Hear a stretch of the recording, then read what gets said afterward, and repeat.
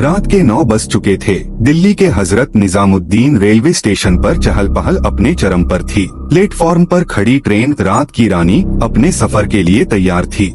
यह ट्रेन अपनी तेज रफ्तार और शानदार सुविधाओं के लिए जानी जाती थी। दिल्ली से मुंबई तक की यह यात्रा कुल 16 घंटे की थी और इस बार ट्रेन में कई खास यात्री सफर कर रहे थे। आर्यन, एक 30 वर्षीय युवक, ट्रेन के एसी फर्स्ट क्लास कोच में दाखिल हुआ। उसके कंधे पर एक साधारण बैग था, लेकिन उसकी चाल में कुछ ऐसा था जो उसे दूसरों से अलग बनाता था। वह सीट नंबर 7 पर बैठा और खिड़की से बाहर देखने लगा। उसकी आंखों में एक अजीब सा तनाव था। उसी डिब्बे में प्रिया भी मौजूद थी। 28 साल की प्रिया एक पत्रकार थी जो हमेशा सच्चाई की तलाश में रहती थी। उसने आर्यन को देखा और उसकी बेचैनी को नोट किया। वह सोचने लगी, यह आदमी इतना असहज क्यों है? क्या इसके पास छिपाने के लिए कुछ है? डिब्बे में अन्य यात्री भी थे। मिस्टर गुप्ता, एक बिजनेसमैन जो मुंबई में एक बड़ी डील साइन करने जा रहे थे। मिसेस शर्मा, एक अधेड़ महिला जो अपनी बेटी के पास जा रही थी। आकाश, एक इंजीनियर जो नई नौकरी के लिए जा रहा था। हर कोई अपनी अपनी दुनिया में खोया हुआ था, लेकिन आर्यन और प्रिया के बीच कुछ अलग ही खिंचाव था। ट्रेन ने प्लेटफॉर्म छोड़ा और धीरे धीरे गति पकड़ ली। रात का अंधेरा बढ़ रहा था। तभी आर्यन ने अपने बैग को खोलकर अंदर कुछ देखा और तुरंत बंद कर दिया। प्रिया, जो सामने की सीट पर बैठी थी, यह सब देख रही थी। उसने अपनी डायरी में नोट किया, बैग में कुछ संदिग्ध है। ट्रेन अब अपनी पूरी रफ्तार से दौड़ रही थी। कोच में सन्नाटा था, लेकिन प्रिया की नजरें लगातार आर्यन पर थीं। उसने महसूस किया कि आर्यन बार बार अपने फोन पर किसी से बात कर रहा था, लेकिन उसकी आवाज इतनी धीमी थी कि कुछ भी सुनाई नहीं दे रहा था। रात के करीब 11 बजे ट्रेन अगले स्टेशन पर रुकी। एक आदमी जिसकी उम्र लगभग 40 साल रही होगी, ट्रेन में चढ़ा। वह साधारण कपड़े पहने हुए था, लेकिन उसकी आंखों में गहरी चालाकी झलक रही थी। उसने आर्यन के पास जाकर कुछ फुसफुसाया। यह देखकर प्रिया और भी सतर्क हो गई। प्रिया ने अपनी पत्रकारिता के अनुभव का उपयोग करते हुए उनकी बातचीत रिकॉर्ड करने की कोशिश की, लेकिन तभी वह अजनबी उसकी ओर घूरने लगा। प्रिया को महसूस हुआ कि वह खतरे में है। अचानक ट्रेन में लाइट्स बंद हो गईं। डिब्बे में अंधेरा छा गया। सब यात्री चौंक गए। किसी के चीखने की आवाज आई और जब लाइट्स वापस आईं, तो प्रिया अपनी सीट पर नहीं थी। लाइट्स वापस आते ही यात्रियों ने देखा कि प्रिया गायब थी। मिस्टर गुप्ता ने ट्रेन के अटेंडेंट को बुलाया, लेकिन कोई सुराग नहीं मिला। डिब्बे में अफरा-तफरी मच गई। आर्यन शांत बैठा था, जैसे उसे कुछ पता ही न हो, लेकिन उसकी आंखों में हल्की बेचैनी थी।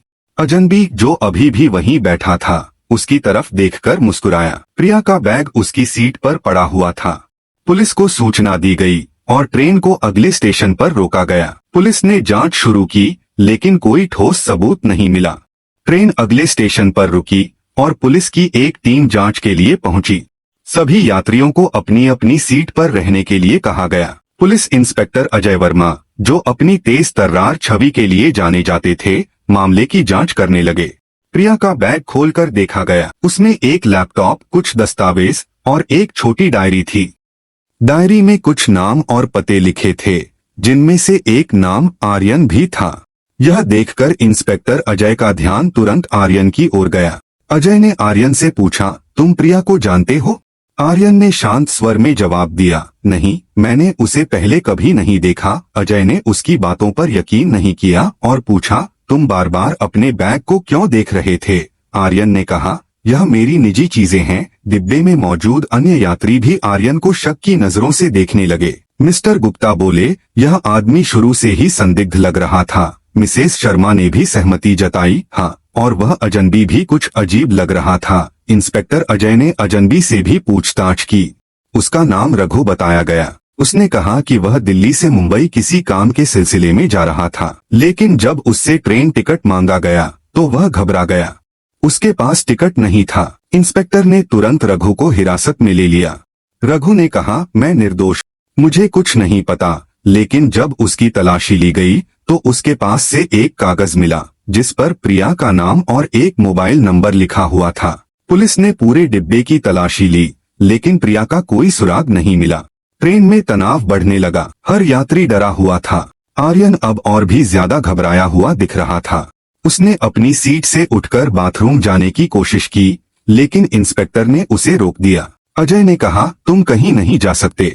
जब तक यह मामला सुलझ नहीं जाता, तुम हमारी निगरानी में रहोगे। रात के करीब 2 बजे ट्रेन के दूसरे डिब्बे से एक और चीख सुनाई दी। पुलिस तुरंत वहां पहुंची और देखा कि एक यात्री बेहोश पड़ा हुआ था। उसके पास से एक पर्ची मिली जिस पर लिखा था, अगर प्रिया को बचाना है तो ट्रेन को रोक दो। इंस्पेक्टर अजय ने सभी सुरागों को जोड़ने की कोशिश की। प्रिया की डायरी, रघु के पास मिला कागज और अब यह नई पर्ची, सभी इशारा कर रहे थे कि यह कोई बड़ी साजिश थी। अचानक ट्रेन के पीछे के डिब्बे से एक छिपा हुआ दरवाजा मिला। जब दरवाजा खोला गया तो प्रिया बेहोश अवस्था में मिली। उसे तुरंत होश में लाया गया। प्रिया ने कहा, यह सब एक षड्यंत्र है। मैं एक स्टिंग ऑपरेशन कर रही थी। मेरे पास कुछ ऐसे सबूत हैं जो एक बड़े माफिया को बेनकाब कर सकते हैं। प्रिया ने आगे बताया, आर्यन मेरी मदद कर रहा था। वह मेरा साथी है, लेकिन किसी ने हमें ट्रैक कर लिया और मुझे अगवा कर लिया। यह सुनकर इंस्पेक्टर अजय ने आर्यन को गौर से देखा। आर्यन ने कहा, मैंने कुछ गलत नहीं किया, मैं सिर्फ प्रिया की मदद कर रहा था। इंस्पेक्टर अजय ने रघु को कड़ाई से पूछताछ की। रघु ने बताया कि वह सिर्फ एक मोहरा था, असली मास्टरमाइंड कोई और था। कौन है वह? अजय ने पूछा। रघु ने कहा, उसका नाम विक्रम है। वह इस ट्रेन में है, लेकिन उसने अपना हुलिया बदल लिया है। अजय ने तुरंत ट्रेन के सभी यात्रियों की जांच शुरू की। आखिरकार विक्रम को पकड़ लिया गया। वह मिस्टर गुप्ता के रूप में छिपा हुआ था। विक्रम ने स्वीकार किया कि वह प्रिया को मारना चाहता था क्योंकि उसके पास विक्रम के अपराधों के सबूत थे, लेकिन प्रिया की चालाकी और आर्यन की मदद से उसकी साजिश नाकाम हो गई। ट्रेन अपनी मंजिल पर पहुंच गई। विक्रम को गिरफ्तार कर लिया गया और प्रिया ने अपने सबूत पुलिस को सौंप दिए। आर्यन ने प्रिया से कहा, तुमने बहुत बहादुरी दिखाई। प्रिया मुस्कुराई और बोली, तुम्हारे बिना यह संभव नहीं था। दोनों ने एक दूसरे की तरफ देखा। शायद यह सिर्फ एक सफर नहीं, बल्कि एक नई शुरुआत थी।